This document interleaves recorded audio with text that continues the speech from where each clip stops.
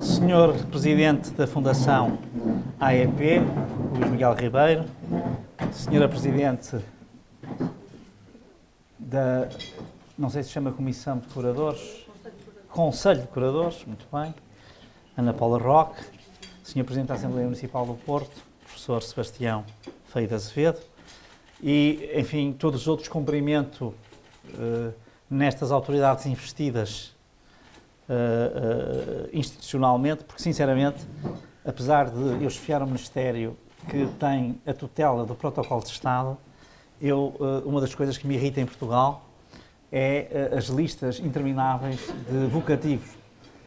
Enfim, sinceramente, parece uma coisa escusada. E aqui até teria um problema, é porque há aqui muita gente que se cruzou comigo em diferentes etapas da vida e em diferentes qualidades, e, portanto, também iria sempre omitir alguém, e, portanto, é preferível tratá-los a todos por igual e, portanto, limitar-me a este início.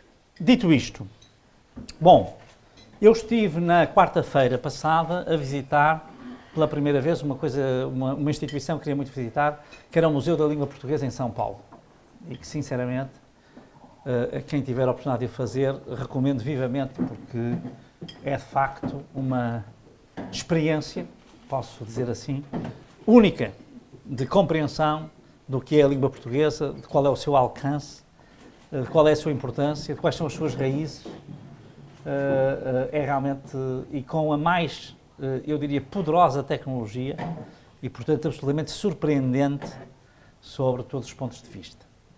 E aí se diz que existirão hoje, mais ou menos no mundo, 7.000 línguas e que o português é, de facto, uma língua, eu vou dizer, mundial. Agora diz-se global, mas o termo latino e português é mundo, não é globo. O globo é outra coisa.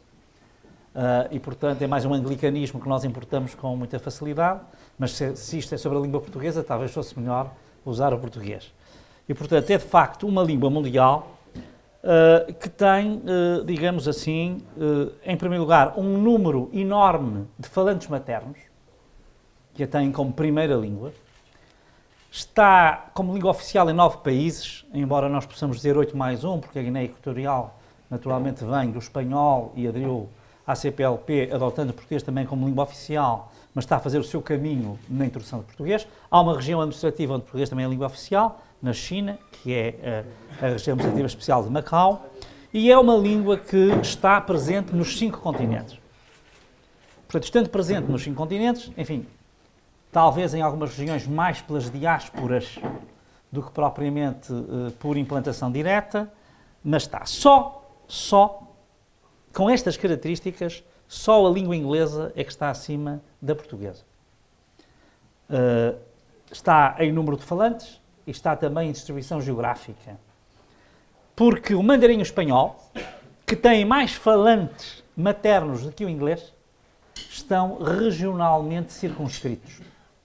No caso da China, ao continente asiático, no caso da Espanha, ao continente europeu e americano, enfim, com ligeiras incursões na África, mas de facto não têm a mesma distribuição mundial que tem o português e que tem o inglês. Hoje estima-se que os falantes portugueses serão 260 milhões, à volta disso, embora a dinâmica demográfica seja a de crescimento. E era uma coisa que eu dizia muitas vezes aos meus colegas espanhóis no Parlamento Europeu, quando lá estava, que se preocupavam sempre que, enfim, era inglês, francês e alemão, e o espanhol estava sempre atrás, mas o espanhol era muito mais importante, mas eu dizia-lhes, a única ciência social exata que eu conheço é a demografia. Não estejam aqui a fazer barulho, estes senhores fazem leis em que não está o espanhol, mas o espanhol vai se impor pela natureza dos factos, não é pelas leis ou os regulamentos que aqui se aprovem. E o mesmo acontece com o português, quer dizer, a demografia é de tal maneira, digamos, importante no sentido de se nos impor que não há forma de a combater e, portanto, também aqui estamos numa dinâmica de crescimento evidente dos falantes de português. É uma das 5 línguas mais usadas na internet. Isto é muito importante porque, evidentemente, se há uma destas línguas muito faladas que perde a sua inserção tecnológica, daí que a inteligência artificial, e o Primeiro-Ministro atual, agora no Web Summit, chamou muita atenção para isso.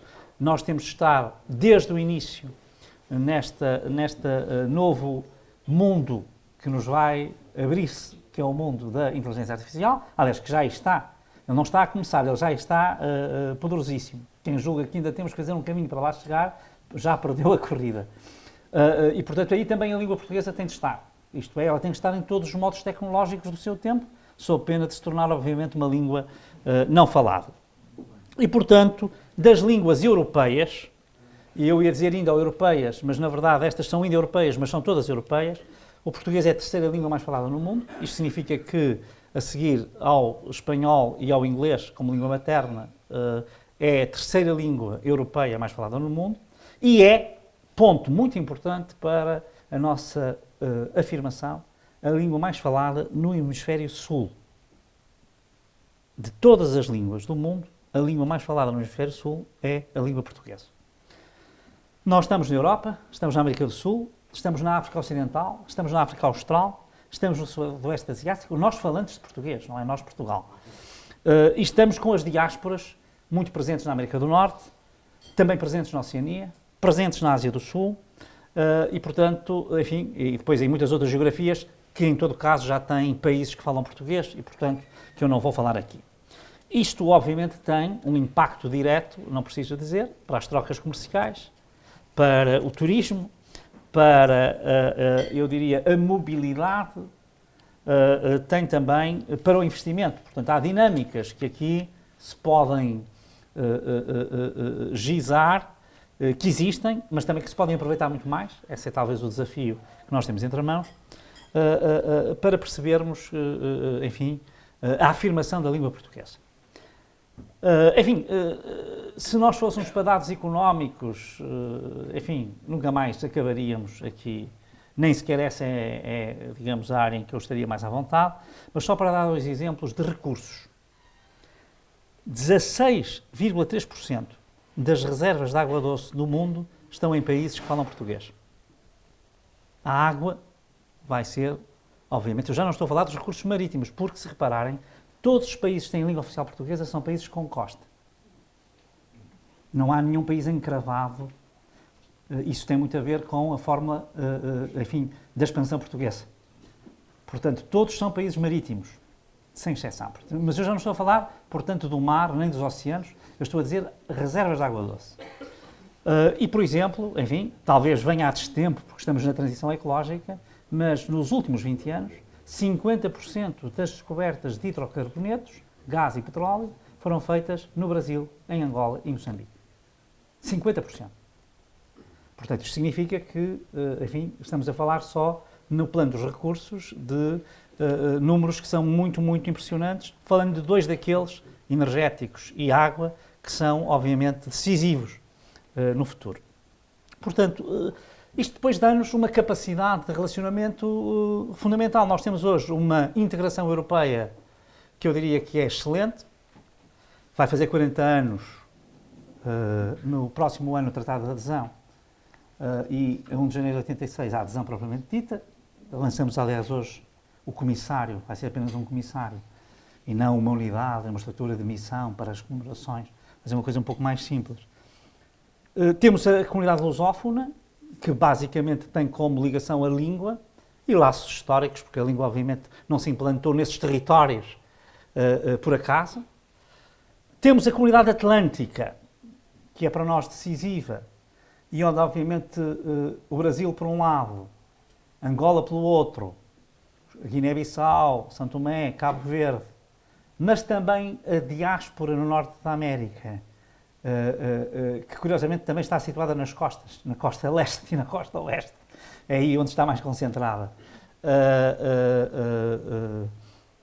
Tem aqui uma importância. Temos a questão ibero-americana, que evidentemente é uma estratégia peninsular. Aliás, há aqui um nicho, ou uma dimensão, mais do que um nicho, que não é muito falada, que é a aliança entre, agora, não Portugal e Espanha, mas as línguas portuguesa e espanhola, por uma afirmação das línguas ibéricas no mundo, e, portanto, alguma proximidade pode ajudar em alguns projetos.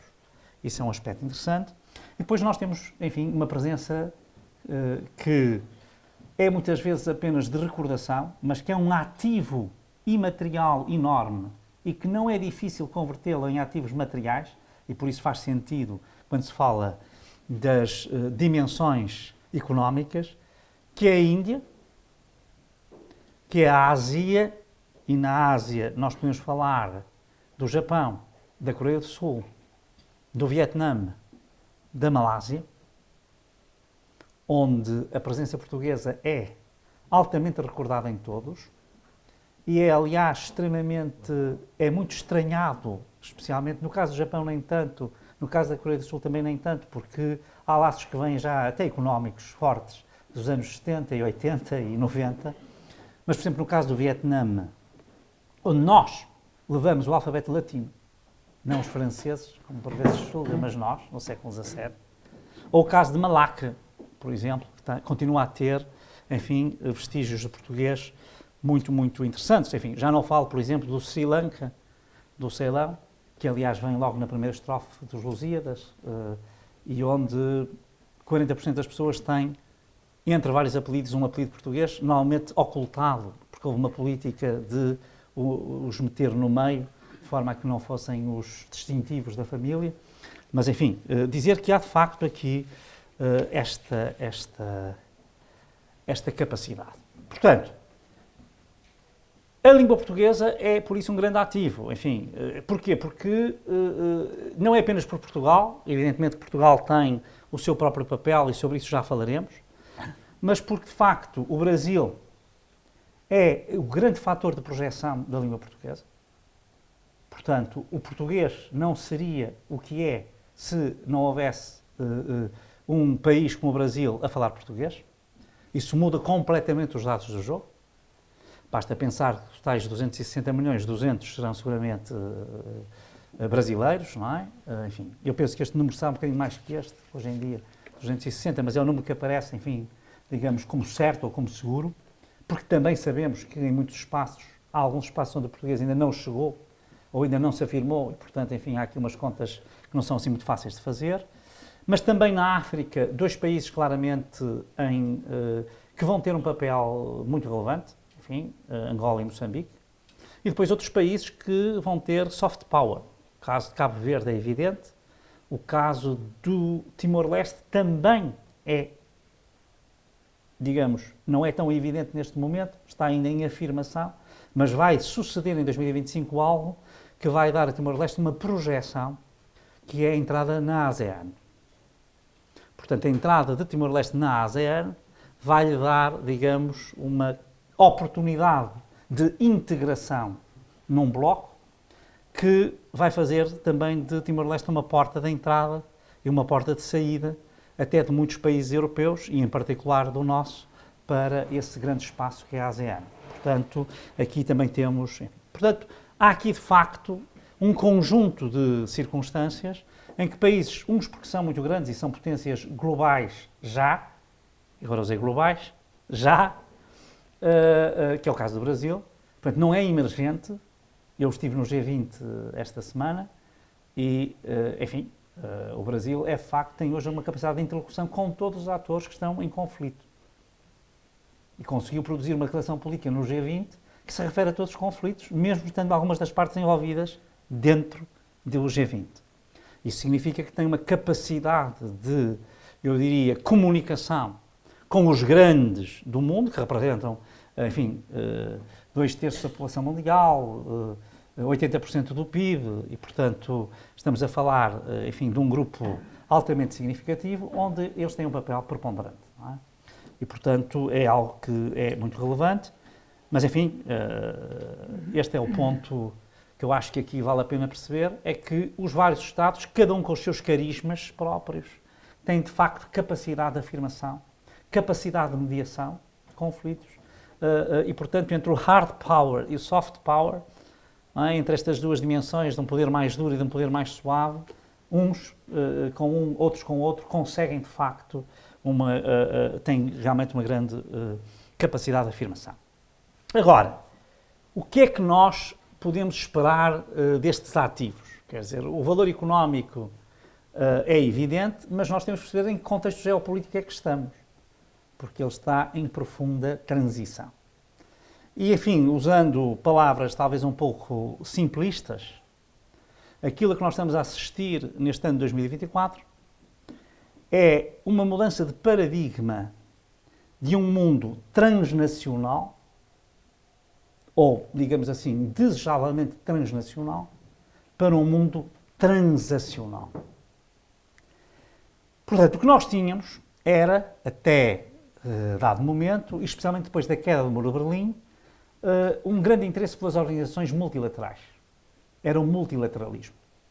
E, portanto, temos a União Europeia, onde estamos integrados, temos a NATO como uma aliança de defesa, temos a CPLP justamente como um espaço de afirmação da língua e de, enfim, um conjunto de laços históricos. Temos, enfim, a Conferência Ibero-Americana, ou a Comunidade Ibero-Americana, que também é uma comunidade em que temos um papel muito singular, porque, enfim, permite-nos ter também com os países de língua espanhola uma relação direta e próxima, e não apenas com a Espanha, mas com todo o outro mundo, onde nós temos uma presença muito ativa. Se pensarem no México, o México tem 150 milhões de pessoas, nós estamos a falar de uma dimensão absolutamente extraordinária, mas nós podemos pensar no Peru, podemos pensar no Chile, podemos pensar na Colômbia, podemos pensar, enfim, na Argentina, e se nós pensarmos nestes países, nós estamos a falar de realidades com as quais temos um contacto direto, e a capacidade de nos encontrarmos com eles e dialogarmos com eles a todo o tempo também é uma vantagem muito importante. Mas isto são espaços multilaterais, o principal dos quais é a ONU. Só que estamos a entrar numa viragem em que o multilateralismo vai provavelmente perder importância. Não vai desaparecer, isto é por ciclos, mas provavelmente a capacidade de afirmação do multilateralismo, isto é, de nós estarmos inseridos em grandes espaços de países que têm, digamos, uma afinidade que os liga, uma afinidade especial, que são aquilo aqui que se diria em inglês like-minded, têm, enfim, estão mais ou menos alinhados na maneira como veem o mundo, ou têm valores comuns, digamos assim, e interesses comuns. Vamos passar para uma lógica de transação bilateral. Quer dizer, vamos voltar a um mundo menos multilateral e mais bilateral. E por isso é que deixa de ser transnacional, isto é, não está a fazer a sua teia, a sua rede, através de grandes plataformas nos quais todos estão à mesa sentados e todos têm a oportunidade de falar com todos, mas vamos evoluir para uma lógica muito mais Estado a Estado, relações bilaterais e, portanto, se me permitem uma expressão um pouco mais simples, toma lá, dá cá. E, portanto, mais de interesses do que de valores, embora naquilo que eram as comunidades de valores, enfim, manda a diplomacia da Realpolitik, que por trás deles muitas vezes também se vejam interesses, sem dúvida. Mas estamos aqui a passar para esta dinâmica. E nessa dinâmica a língua portuguesa pode ser uma grande vantagem. E especialmente aquela que é, e com isto eu não estou a dizer que prefiro um mundo ou outro, eu preferia um mundo, o Portugal aposta claramente no multilateralismo. Consideramos que especialmente para a questão da segurança e da paz, dá muito mais garantias do que dá um mundo de relações bilaterais. Mas o vento não se pode parar com as mãos e, portanto, é um bocadinho como as dinâmicas demográficas. Nós temos é de acomodá-las e não necessariamente, não podemos combatê-las, porque elas vão estar sempre presentes. E aqui há determinadas tendências da vida internacional que estão a afirmar-se e que não dependem de nós. Portanto, na verdade, não são variáveis com as quais nós possamos mexer. E, portanto, isto significa que nós temos que olhar para o mundo real que temos e para ver como é que nós podemos navegar nessas águas, já que temos experiência de navegação aparentemente multissecular. Ora bem, dito isto, o que é que isto significa? Significa que, de facto, como eu pude ver agora no G20, por exemplo, com o Brasil, ou como se pode ver com Portugal, ou como se pode ver hoje, por exemplo, na mediação de conflitos no continente africano com Angola, existe uma tradição de capacidade de fazer pontes. Quer dizer, o mundo de língua portuguesa tem, de facto, esta, eu diria, apetência para criar pontes. Essencialmente para não criar anticorpos. E com isso poder, digamos, entrar em espaços porque não há resistência a essa entrada. No caso português isso é evidente, ou, por exemplo, no caso de Cabo Verde também é evidente, de facto não representam uma ameaça. E como não representam uma ameaça, são facilmente recebidos. E nós temos que tirar partido. Num mundo transacional, nós vamos ter que ser capazes de tirar partido dessa nossa condição. Como eu digo, isto é curioso porque, mesmo em escalas maiores, e eu dei aqui 2 exemplos, de escalas, uma bastante maior e outra claramente enorme, e portanto com relevância mundial direta, também esses países têm tido essa capacidade de serem mediadores, de fazerem pontos. Não vou dizer que é uma capacidade inerente à língua, mas parece. E portanto, o que eu queria dizer com isto é que nós temos de estar preparados para este novo mundo, em que, por exemplo, falando do meu Ministério, e já agora aproveitando para dizer que hoje tomamos uma decisão histórica, que foi a adoção de um novo estatuto de carreira diplomática, que era uma coisa que estava num impasse há 26 anos, e portanto que em 8 meses se conseguiu fazer, e que é fundamental nesse mundo que aí está, é nós compreendermos que estivemos muito orientados, e estamos apostados, e queremos regressar a um paradigma de multilateralismo, nunca vamos abandoná-lo, por isso lançamos também uma candidatura ao Conselho de Segurança para 27-28, mas temos que, outra vez, dar valor às embaixadas em cada sítio, em cada posto, e à relação bilateral. Porque, se nós tivermos, como parece que vamos ter, novos ventos proteccionistas, e, portanto, com uma diminuição do comércio internacional, isto vai significar o quê? Vai significar que nós temos que fazer pesca à linha. Isto é, nós não podemos contar com o poder negocial de uma organização que integrarmos para, enfim, baixar pautas aduaneiras ou para fazer negócios que vão, fazer tratados que de alguma maneira vão abrir setores de negócio ou vão obrigá-los a um reajustamento que os pode potenciar. Nós não podemos estar tão, diria eu, orientados para aí. Vamos ter que voltar, digamos, se quiserem assim, à nossa vocação mercantil e de mercadores, do Oliveira, da Figueira, do Tintim, não é? Que é aquele mercador que aparece em todos os álbuns, sempre em qualquer sítio, ninguém sabe como nem porquê, a vender qualquer coisa. E, portanto, nós vamos ter que, de alguma maneira, perceber que nós temos que fazer apostas bilaterais também. Isto é, se houver um fechamento, um certo fechar de alguns mercados, nós temos que ir à procura de novos mercados.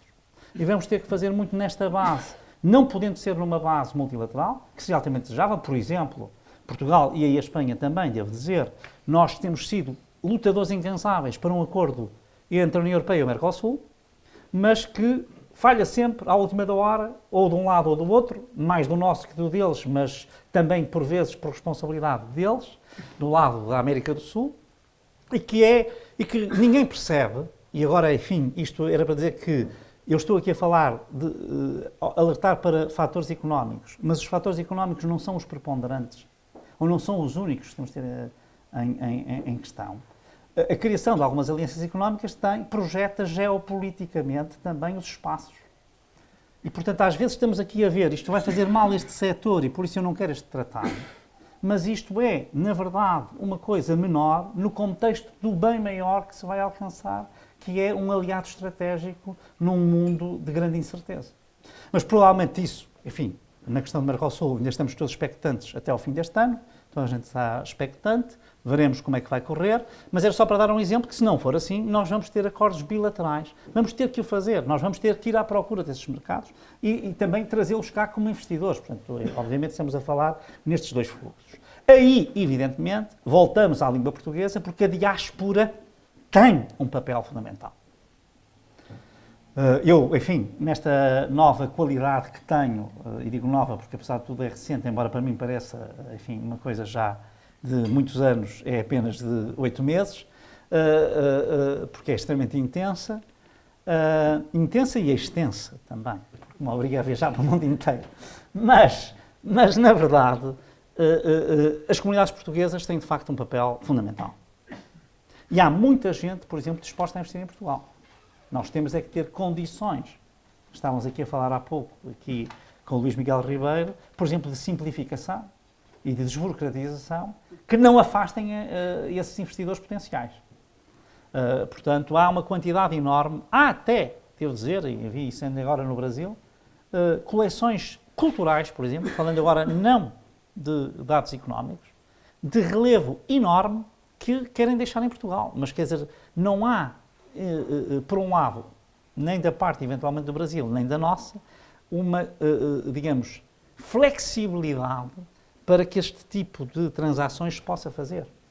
E, portanto, há aqui, de facto, nós temos que saltar esses obstáculos. Mas nas comunidades, eu estava aqui, enfim, a querer concentrar numa diáspora para dizer o seguinte: é evidente que nós também temos uma nova diáspora que está menos associada, que não aparece tanto nestes encontros mais tradicionais das autoridades com as comunidades portuguesas, que já não está necessariamente nas associações que de antes, enfim, faziam, digamos, o núcleo central dessas comunidades e que tem a ver muito com uma nova geração, não é? De gente altamente qualificada, também por aí um pouco diferente da emigração de outros tempos, e que nós temos que pôr em rede, mas agora em rede no sentido, eu diria, digital do termo, e não no sentido físico, porque provavelmente esse já não vai ser suficiente para trazer essas pessoas até nós. Isto é, nós temos que ser capazes de estar em diálogo com essas novas gerações, que em muitos casos têm papel proeminente nas cidades ou nas sociedades em que se integraram e que, na verdade, poderiam trazer um contributo enorme para a economia portuguesa e para a vida portuguesa, porque nós sabemos que, talvez não sei se tenham essa noção, mas está hoje demonstrado que um dos grandes fatores da democratização de Portugal foi a vaga de imigração dos anos 50, 60, porque os imigrantes foram para países que eram países democráticos. Foram para a França, foram para a Alemanha, foram para o Luxemburgo, foram para a Suíça, especialmente para estes, e foram para esses destinos e experimentaram uma vida diferente. Afinal, aqui acontecem coisas muito diferentes daquelas que acontecem no nosso país. Eles foram um grande fator, por várias razões, também por razões económicas, tinha a ver com as remessas, também por razões da sua iniciativa e do seu próprio, digamos, sucesso, que demorou uns anos, mas que ao fim de 10, 12, 14, 15 anos se afirmava e que também chegava às aldeias portuguesas e mostrava que, afinal, havia outra forma de estar. Quer dizer, o maior fator de modernização de Portugal, isto pode parecer estranho e irónico, mas foi a emigração dos anos 50, 60. O António Barreto tem estudos sobre isso muito claros. E, portanto, nós temos, de facto, na diáspora também, isto é, nos falantes de português que estão espalhados e que, em muitos casos, hoje, não são apenas portugueses. Por exemplo, nós temos, enfim, também na Europa, enfim, em Portugal é evidente, mas uma comunidade brasileira ou comunidades cabo-verdianas muito importantes, com as quais é interessante verificar que há uma grande capacidade de interação com os portugueses que lá estão também. Isso vê-se muito na Europa. É uma coisa mais clara nas comunidades portuguesas da Europa, a sua abertura às comunidades brasileiras e às comunidades cabo-verdianas. Se formos ao Luxemburgo, se formos aos Países Baixos, que são hoje também um destino muito importante, isso é uma coisa que é visível. E, portanto, nós temos que encontrar, como eu diria, temos que introduzir tecnologia nas nossas políticas. E quando eu digo isto, eu quero dizer isto, o português, a defesa da língua e a afirmação do português como língua não existirá se nós desaparecermos dos novos modos tecnológicos. E eu diria que, neste momento, a internet já está um passo atrás, já estamos na inteligência artificial. Vamos ter uma revolução da mesma natureza, se não de natureza ainda mais, eu diria, vertiginosa, porque pode, enfim, isso é um bocadinho o que diz o Hariri, não é? Mas pode mesmo mudar o paradigma do Homo sapiens sapiens para uma nova etapa da vida humana. Enfim, eu acho que isso é talvez um pouco exagerado, porque, como escreveu o Homero na Odisseia, os moinhos dos deuses moem muito devagar, ou seja, isto é tudo muito... A natureza humana é muito estável, não as nossas circunstâncias, mas a nossa natureza, e por isso os grandes poemas e a grande literatura mostra, no fundo, as mulheres e os homens como nós os conhecemos hoje, não é? E, portanto, recuemos à antiguidade grega ou romana ou ao Renascimento, enfim, às grandes obras, nós encontramos sempre lá. Isso é evidente que sim, mas isto era apenas para voltar aqui a trazer a ideia de que nós não podemos perder para a língua e para a afirmação dos países que falam português a corrida tecnológica. Quer dizer, isso nós não podemos perder, porque isso vai ser o novo modo da linguagem. Enfim, há pouco brincávamos aqui com uma outra conferência que eu fiz no outro lado, em que eu dizia, mas isso foi em resposta a uma pergunta, julgo eu, não foi moto próprio, mas quer dizer que, por vezes, relativamente aos meus alunos, a dada altura, eu deixei de me preocupar com a ortografia. Eu nunca deixo de me preocupar com a ortografia, porque eu registro sempre, mas, sinceramente, registro, mesmo nas funções atuais, corrijo sempre. Nem que corrija só para mim, mas ponho lá, isto está mal. Bom, ou erro grave, ponho. Portanto, isso ponho sempre. Portanto, a minha preocupação com o português é mesmo muito genuína. Mas o que eu queria dizer com isto é, de facto, hoje fala-se muito também por imagens. Isto é, o nosso código linguístico está a mudar. Isto é, a ideia de que a língua é apenas aquela escrita, digamos, formal, que, enfim, de alguma maneira foi fixada no século XIX e foi universalizada com a alfabetização e que criou um padrão e que, portanto, é um alfabeto, é uma língua, enfim, que funciona por alfabeto, com determinados pressupostos. Hoje, porventura, já não é assim, porque nas mensagens aparecem os emojis. Os emojis são hieroglifos, não é? Porque eles representam ideias. No fundo, eles representam, são ideogramas, como uma linguagem, enfim, que também várias civilizações tiveram e algumas ainda têm, diga-se de passagem, e pelos vistos com grande sucesso. Continuam a afirmar-se como poderes muito fortes na atualidade. Portanto, o que eu quero dizer com isto é, este é um ponto que eu acho que é fundamental para as vantagens económicas da língua portuguesa.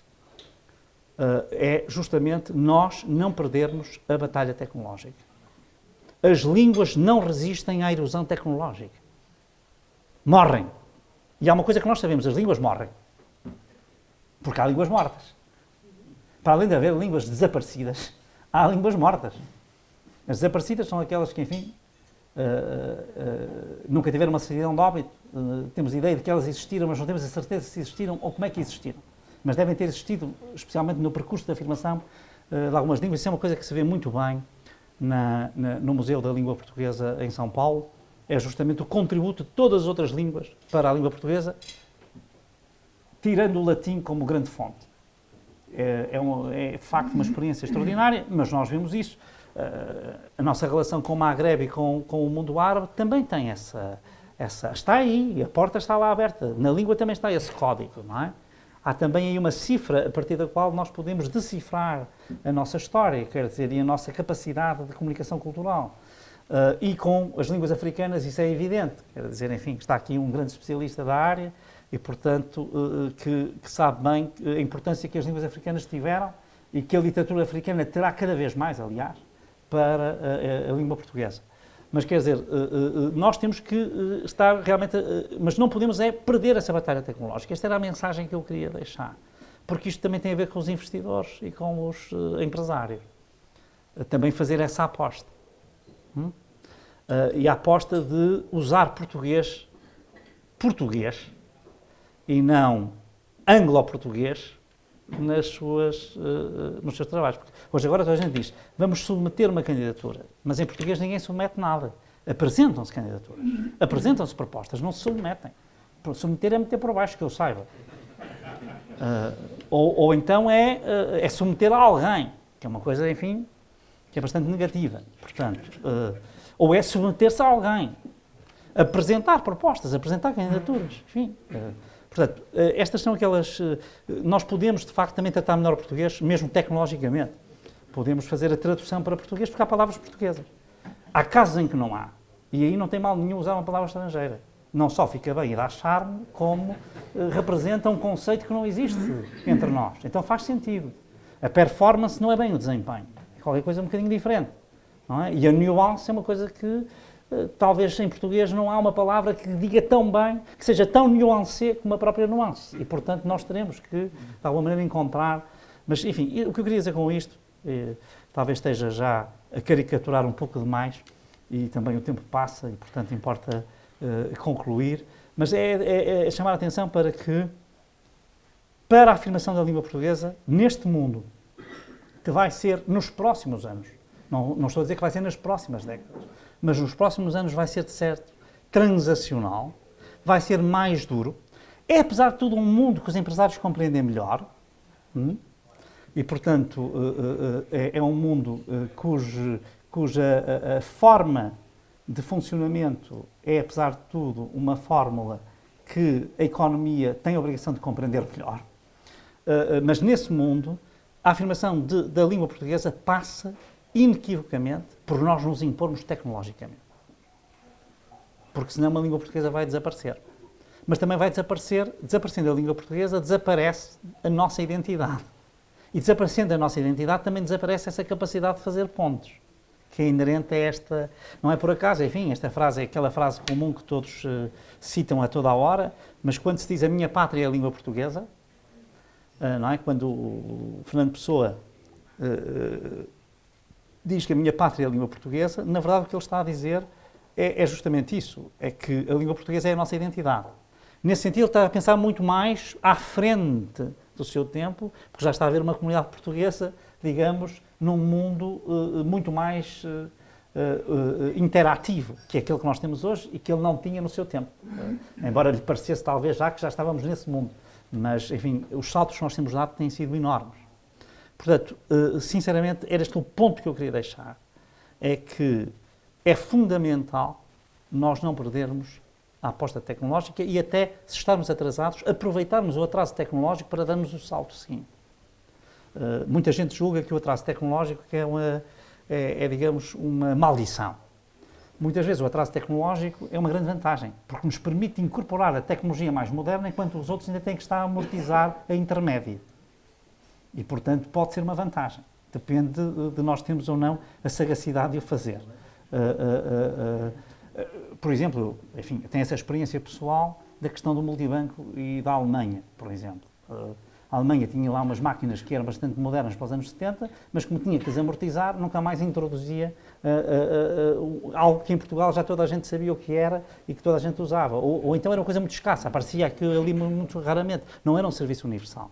Porque ainda tinha um serviço anterior, que para a época era francamente bom, mas que não podia ser abandonado sob pena de criar enormes prejuízos. E, portanto, tinha que ter essa... Portanto, eu queria, essencialmente, chamar a atenção para que há um português do século XXI, há uma língua portuguesa do século XXI, e ela tem de ser, digamos, tem de ser configurada nos modos próprios do século XXI. E só dessa forma ela se vai afirmar como um veículo que potencia também a economia. Reparem, potenciar a economia é potenciar a cultura, potenciar a cultura, potenciar a economia. Eu não tenho uma visão nada... não sei, os maiores marxistas de todos são os liberais, porque são aqueles que acreditam que a economia é que movimenta o mundo. A economia movimenta uma parte do mundo, mas há muitas coisas que nós vemos agora pelos conflitos existentes que não dependem de fatores económicos. Dependem de fatores civilizacionais, dependem de fatores políticos, dependem de fatores culturais, dependem de fatores religiosos. Portanto, o ser humano é um ser muito complexo. Mas, evidentemente, que a economia e a cultura, em particular, estão muito ligadas. Quer dizer, estão muito ligadas. E, portanto, há aqui, de facto, um desafio muito grande em que a língua, que é, por excelência, um veículo, enfim, não é um veículo, é mesmo uma realidade natural, cultural, não é? É depois também um veículo de cultura e transmissão de cultura, mas é claramente uma realidade cultural, pode ser um ativo económico. Agora, ele só pode ser um ativo económico se não estivermos ainda a escrever com as impressoras do Gutenberg do século XV. Que foram, de facto, uma revolução extraordinária, mas que, neste momento, são ótimas peças para se visitarem em museu. Portanto, era só esta a mensagem que eu queria deixar. Espero não ter sido demasiado maçador. Mas, enfim, aquilo que lhes queria desejar era que tenham maior sucesso como grandes empreendedores que são. Esta é uma casa que eu conheço muito bem. Aliás, nesta sala estive seguramente dezenas de vezes. E algumas também nesta posição de orador, digamos assim. E, portanto, desejar-lhes também boa sorte e boas oportunidades, mas a pensar que a língua portuguesa é esta plataforma. Claro, muitos, e com isto terminaria, estão pessimistas quando olham para o mundo. E não faltam razões para estar. Outros não estão tanto. E também não faltam razões para não estar. Mas eu aqui tenho sempre um lema que eu ouvi ainda estudante do primeiro ano de Direito, numa conferência em Coimbra, na altura, diretor do SES, Centro de Estudos Judiciários, Laborinho Lúcio, que dizia: pode ser que ao fim os pessimistas tenham razão, mas pelo caminho os otimistas divertem-se muito mais.